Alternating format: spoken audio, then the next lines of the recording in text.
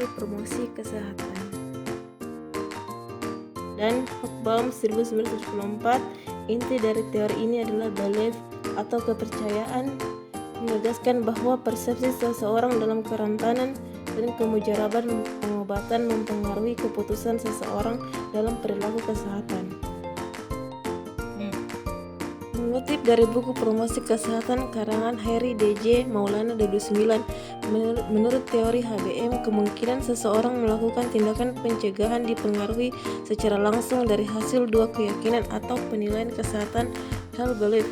Satu, ancaman yang dirasakan dari sakit atau luka. Hal ini mengacu pada sejauh mana seseorang berpikir bahwa penyakit atau kesakitan betul-betul merupakan ancaman bagi dirinya. Dua, keuntungan dan kerugian, pertimbangan antara keuntungan dan kerugian bahaya kecuali memutuskan melakukan tindakan pencegahan atau tidak.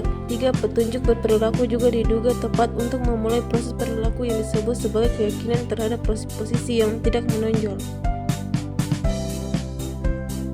Dua, trans-theoretical model. Menurut Prochaska DKK 1979, model ini dalam tahap aksi dan pemeliharaan seseorang dapat kembali ke pola perilaku sebelumnya. Hal ini karena individu mempertimbangkan untung dan rugi peribahasa suatu perilaku sebelum melangkah dari tahap satu ke tahap berikutnya. Prochaska DKK 1979 mengidentifikasi model ini dalam tahap yang independen. Satu, prekontemplasi, yaitu seseorang belum memikirkan sebuah perilaku sama sekali. Orang tersebut belum termaksud mengubah suatu perilaku.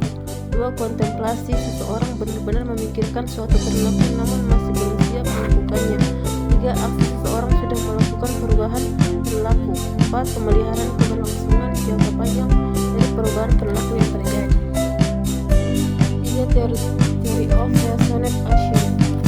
Merupakan teori perilaku manusia secara umum yang mana teori ini digunakan dalam berbagai perilaku manusia, khususnya berkaitan dengan masalah psikologis. Teori ini kemungkinan berkembang dan banyak digunakan untuk menentukan faktor-faktor yang berkaitan dengan perilaku kesehatan.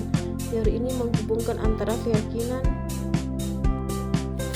kehendak, intention, dan perilaku. Kehendak merupakan prediktor terbaik perilaku, artinya cara terbaik mengetahui apa yang akan dilakukan seseorang adalah mengetahui kehendak orang tersebut. Konsep penting dalam teori ini adalah fokus perhatian. Salience, yaitu memperhatikan sesuatu yang dianggap penting. Aplikasi telah merupakan model untuk meramaikan perilaku preventif dan telah digunakan dalam berbagai jenis perilaku sehat seperti pengaturan penggunaan substansi tertentu, merokok, alkohol, dan narkotik. 4. Stress and coping. Stres adalah suatu kondisi atau keadaan tubuh yang terganggu karena tekanan psikologis. Biasanya stres dikaitkan bukan karena penyakit fisik tetapi mengenai kejiwaan. Banyak hal yang memicu stres seperti rasa khawatir, kesal, keletihan, frustasi, perasaan tertekan, kesedihan, pekerjaan yang berlebihan, sindrom premenstruasi PMS, fokus yang berlebihan pada suatu hal, perasaan bingung, berduka cita, dan juga rasa takut. Coping, kemahiran bertahan, adalah menstabilkan faktor yang dapat membantu individu mempertahankan adaptasi psikologis selama periode menegangkan.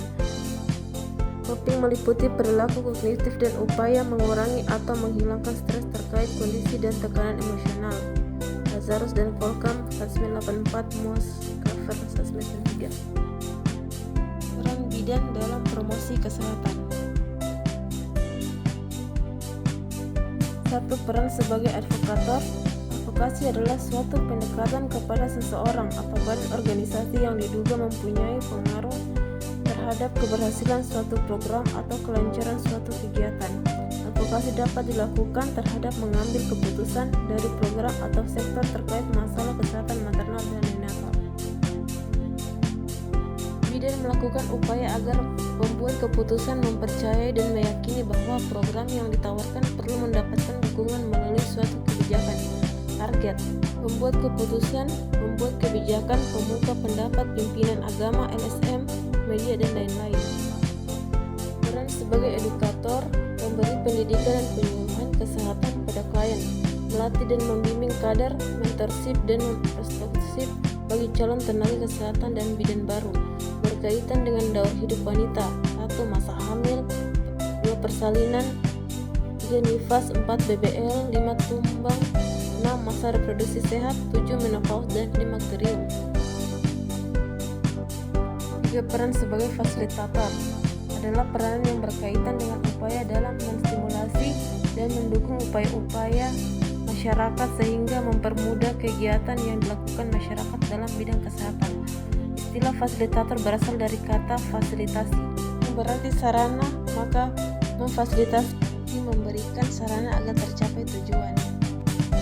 Fasilitator harus terampil mengintegritaskan 3 hal penting, yakni optimalisasi fasilitasi, waktu yang disediakan, dan optimalisasi partisipasi masyarakat. Nilai-nilai universal dalam fasilitas.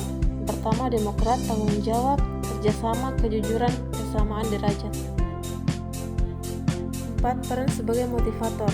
Sebagai motivator, bidan berperan untuk menumbuhkan dan mengembangkan kepercayaan diri masyarakat dalam hal kesehatan.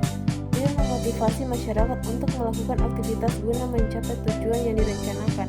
Contoh kegiatan motivasi, bidan memberikan motivasi pada ibu hamil untuk mengkonsumsi nutrisi yang baik, memotivasi untuk